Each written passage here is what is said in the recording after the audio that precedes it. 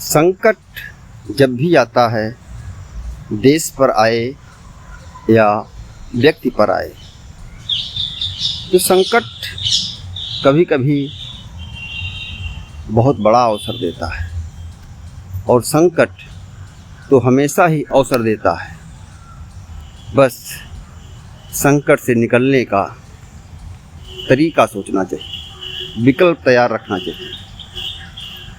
और भारत पर जब जब संकट आया है तो भारत अपने तरीकों से निकला है।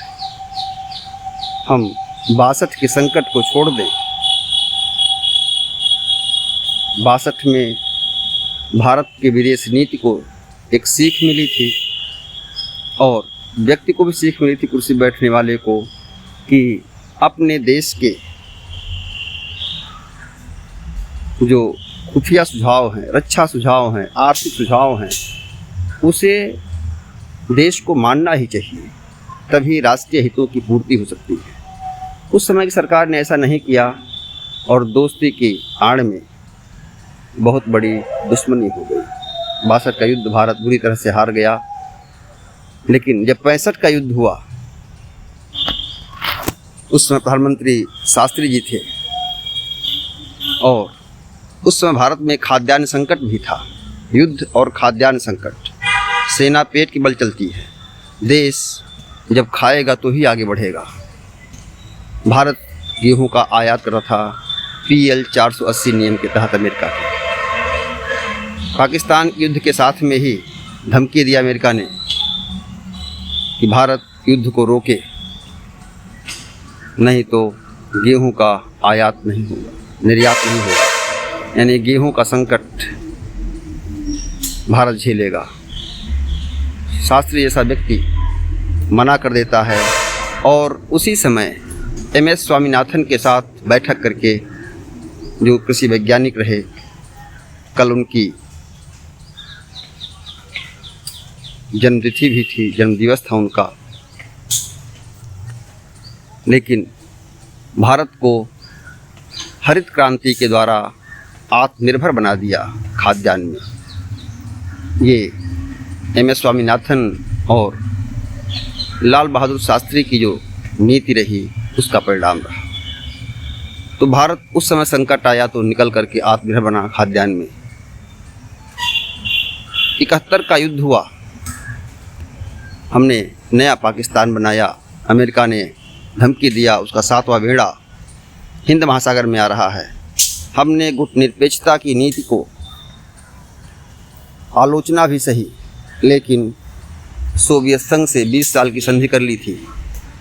दिसंबर में युद्ध के पहले 71 अगस्त में भारत रूस की 20 वर्षीय संधि हो गई थी और उसी संधि के बल पर हमने अमेरिका को चुनौती दी और अपने रक्षा निर्भरता को बढ़ाने का प्रयास किया। 80 तक आते आते हमारा मिसाइल प्रोग्राम शुरू हो जाता है।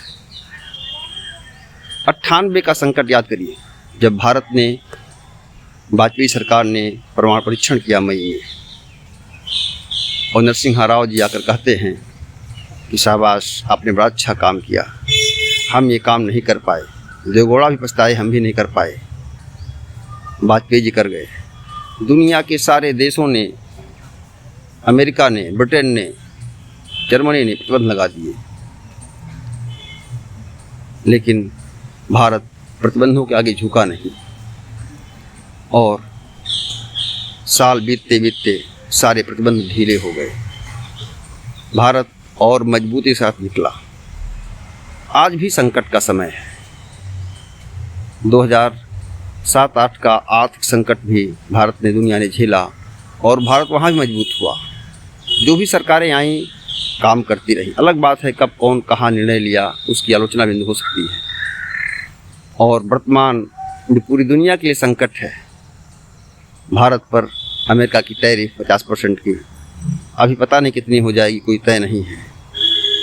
लेकिन भारत अपने निर्यात के लिए नए मार्ग, नए बाज़ार ढूंढ रहा है, ढूंढ चुका है और अमेरिका को एक नया जवाब देगा। क्योंकि भारत विश्व की व्यवस्था में जो पुरानी विश्व व्यवस्था थी उसका समर्थक नहीं है। नई विश्व व्यवस्था में वो अपना हक चाहता है, उसे मिलकर रहेगा, लेकिन उसके लिए प्रयास करने पड़ते हैं। और वर्तमान सरकार ये प्रयास कर रही है कि विश्व व्यवस्था में उसका हक सुरक्षित हो। तो संकट जब भी आता है तो व्यक्ति को, देश को निखरने का एक अवसर, एक मौका देता है। जिसने इस अवसर का लाभ उठा लिया वो संकट में निखर गया। और भक्त में भी कहा गया है, अगर आपने संकट के समय भी याद करते रहे, उस परमात्मा को कार्य करते रहे, तो संकट कट जाएगा। जैसे रात बीतती है तो सुबह का उजाला होता है, सारा अंधेरा मिट जाता है।